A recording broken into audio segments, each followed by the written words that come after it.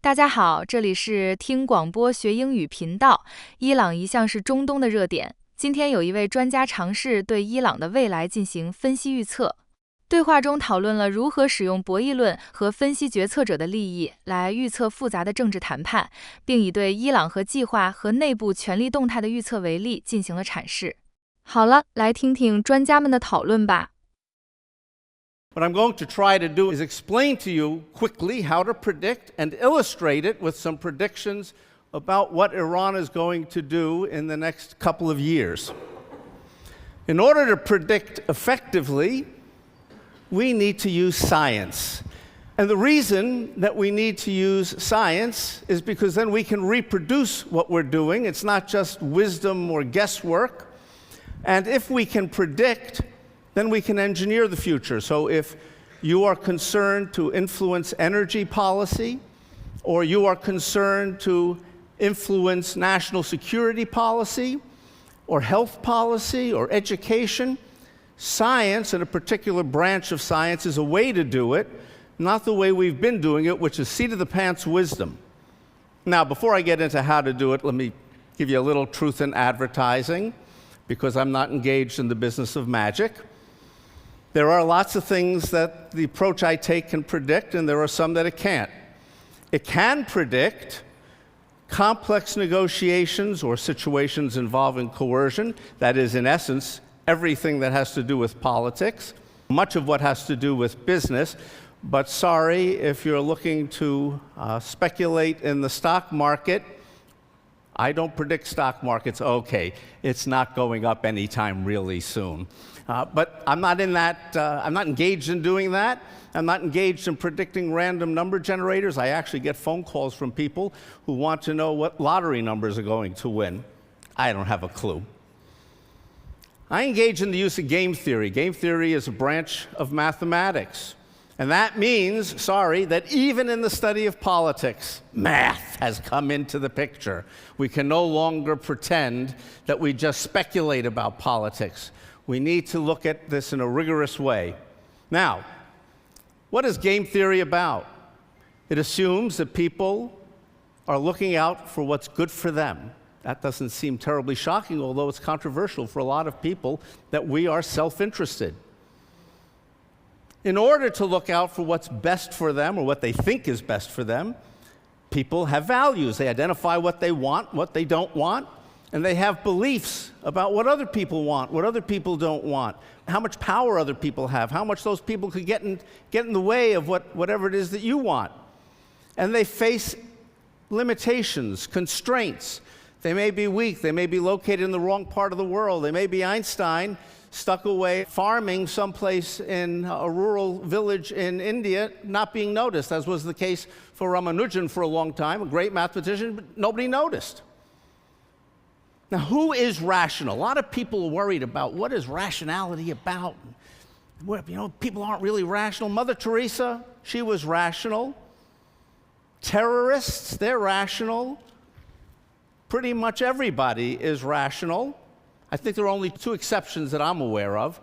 2-year-olds, they are not rational. They have very fickle preferences. They switch what they think all the time. And schizophrenics are probably not rational. But pretty much everybody else is rational. That is, they're just trying to do what they think is in their own best interest. Now, in order to work out what people are going to do to pursue their interest, we have to think about who has influence in the world. If you're trying to influence corporations to change their behavior with regard to producing pollutants, one approach, common approach, is to exhort them to be better, to explain to them what damage they're doing to the planet. And many of you may have noticed that doesn't have as big an effect as perhaps you would like it to have. But if you show them that it's in their interest, well, then they're responsive. So we have to work out who influences problems. If we're looking at Iran, the President of the United States, we would like to think, may have some influence. Certainly the President in Iran has some influence. But we make a mistake if we just pay attention to the person at the top of the power ladder, because that person doesn't know much about Iran or about energy policy or about health care or about any particular policy, that person surrounds himself or herself with advisors. If we're talking about a national security problem, maybe it's the Secretary of State, maybe it's the Secretary of Defense, the Director of National Intelligence, maybe the Ambassador to the United Nations, or somebody else who they think is going to know more about the particular problem. But let's face it, the Secretary of State doesn't know much about Iran. The Secretary of Defense doesn't know much about Iran. Each of those people, in turn, has advisors who advise them so they can advise the president. There are lots of people shaping decisions. And so if we want to predict correctly, we have to pay attention to everybody who is trying to shape the outcome, not just the people at the pinnacle of the decision-making pyramid. Unfortunately, a lot of times we don't do that. And there's a good reason that we don't do that, and there's a good reason that using game theory and computers we can overcome the limitation of just looking at a few people. Imagine a problem with just 5 decision makers. Imagine, for example, that Sally over here wants to know what Harry and Jane and George and Frank are thinking and sends messages to those people. Sally's giving her opinion to them, and they're giving their opinion to Sally. But Sally also wants to know what Harry is saying to these 3 and what they're saying to Harry. And Harry wants to know what each of those people are saying to each other, and so on. And Sally would like to know what Harry thinks those people are saying. That's a complicated problem. That's a lot to know. With 5 decision makers, there are a lot of linkages. 120, as a matter of fact, if you remember your factorials. 5 factorial is 120. Now, you may be surprised to know that smart people can keep 120 things straight in their head.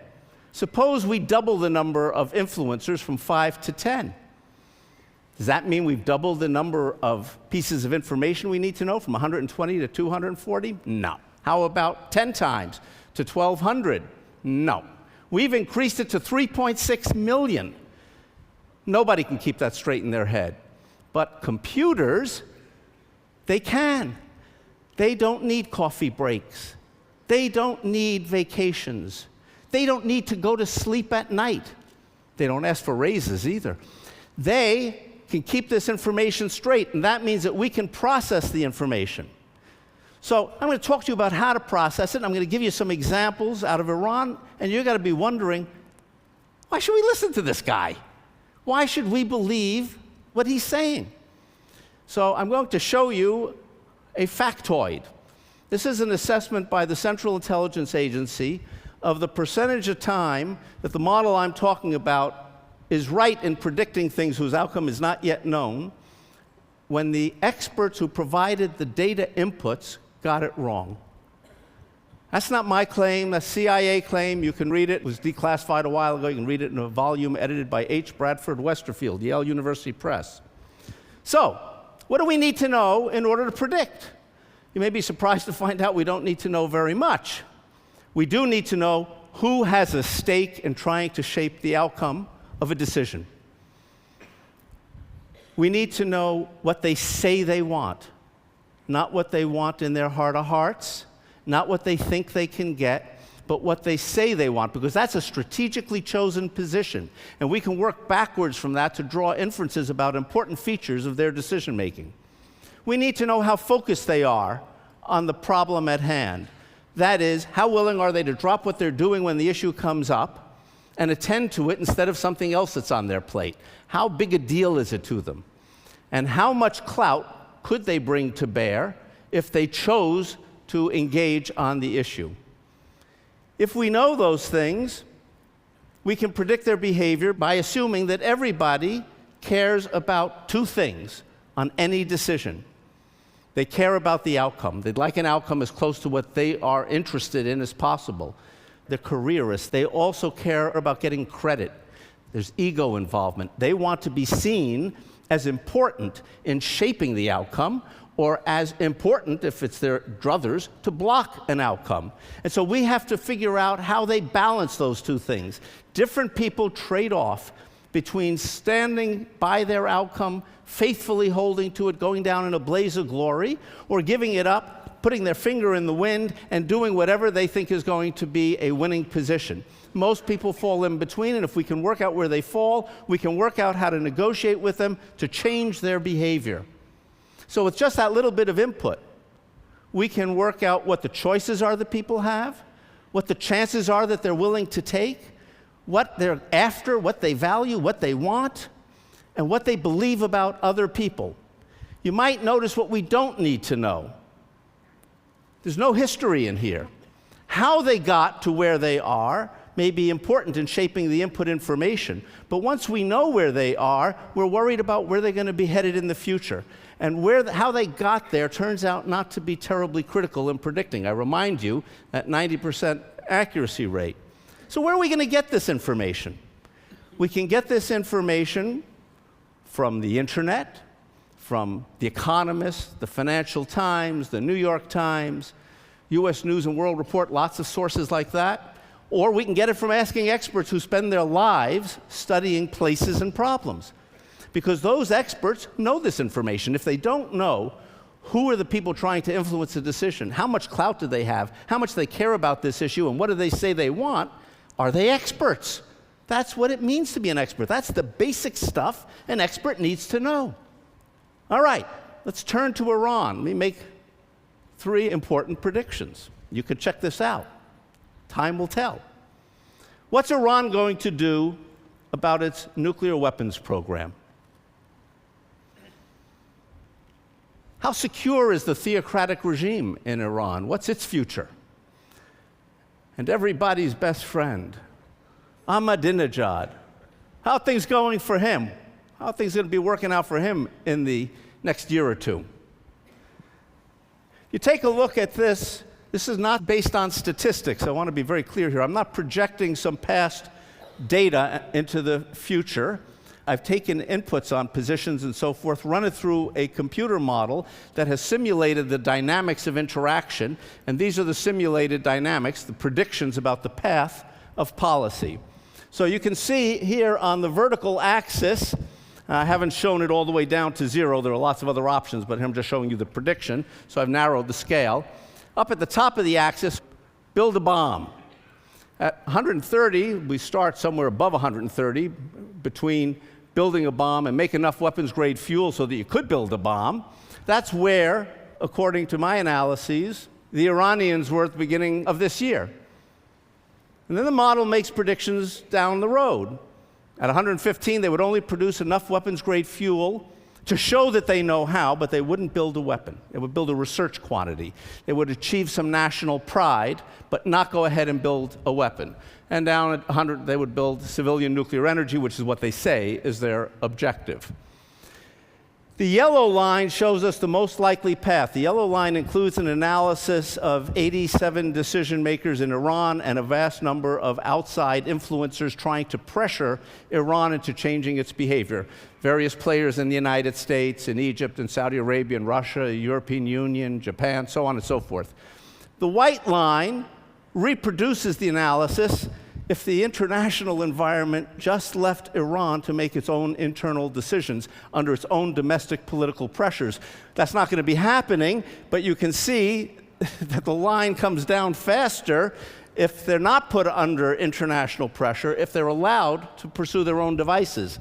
But in any event, by the end of this year, beginning of next year, we get to a stable equilibrium outcome, and that equilibrium is not what the United States would like, but is probably an equilibrium that the United States can live with and that a lot of others can live with, and that is that Iran will achieve that nationalist pride by making enough weapons-grade fuel through research so that they could show that they know how to make weapons-grade fuel, but not enough to actually build a bomb. How's this happening? So over here, you can see this is the distribution of power in favor of civilian nuclear energy today.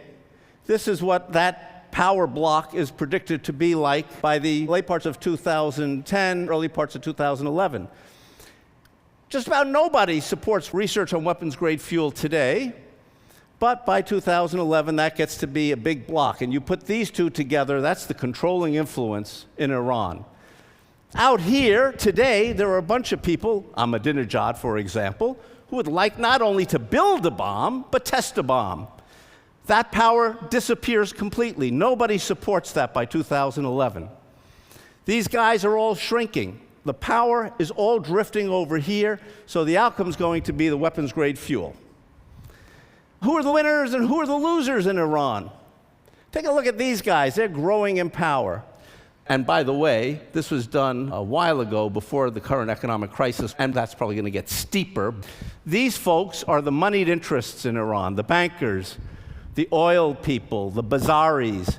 They are growing in political clout as the mullahs are isolating themselves, with the exception of one group of mullahs who are not well known to Americans. That's this line here, growing in power. These are what the Iranians call the quietists. These are the ayatollahs, mostly based in Qum, who have great clout in the religious community, have been quiet on politics, and are going to be getting louder because they see Iran going in an unhealthy direction, a direction contrary to what Khomeini had in mind. Here's Mr. Ahmadinejad. Two things to notice. He's getting weaker, and while he gets a lot of attention in the United States, he is not a major player in Iran. He's on the way down. Okay, so I'd like you to take a little away from this. Everything is not predictable. The stock market is, at least for me, not predictable. But most complicated negotiations are predictable.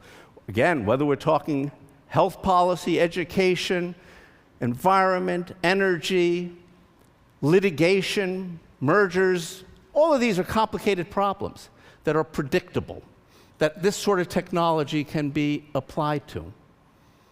And the reason that being able to predict those things is important is not just because you might run a hedge fund and make money off of it, but because if you can predict what people will do, you can engineer what they will do. And if you engineer what they do, you can change the world. You can get a better result.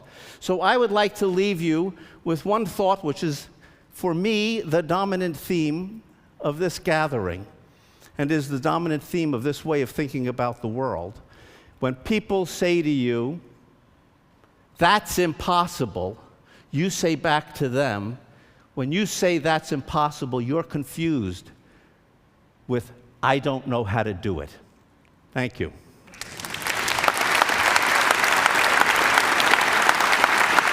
One question for you. Sure. Yeah. That was fascinating. I love that you put it out there. I got very nervous halfway through the talk, though, just panicking whether you'd included in your model the possibility that putting this prediction out there might change the result. We've got 800 people in Tehran who watch TED Talks. I've thought about that, and since I've done a lot of work for the intelligence community, they've also pondered that. It would be a good thing if people paid more attention, took seriously, and engaged in the same sorts of calculations, because it would change things, but it would change things in two beneficial ways. It would hasten how quickly people arrive at an agreement, and so it would save everybody a lot of grief and time, and it would arrive at an agreement that everybody was happy with without having to manipulate them so much, which is basically what I do. I manipulate them. So it would be a good thing. So you're kind of trying to say, people of Iran, this is your destiny. Let's go there. Well, people of Iran, this is what many of you are going to evolve to want, and we could get there a lot sooner, and you would suffer a lot less trouble from economic sanctions, and we would suffer a lot less fear of the use of military force on our end, and the world would be a better place. Here's hoping they hear it that way. Thank you very much, Bruce. Thank you.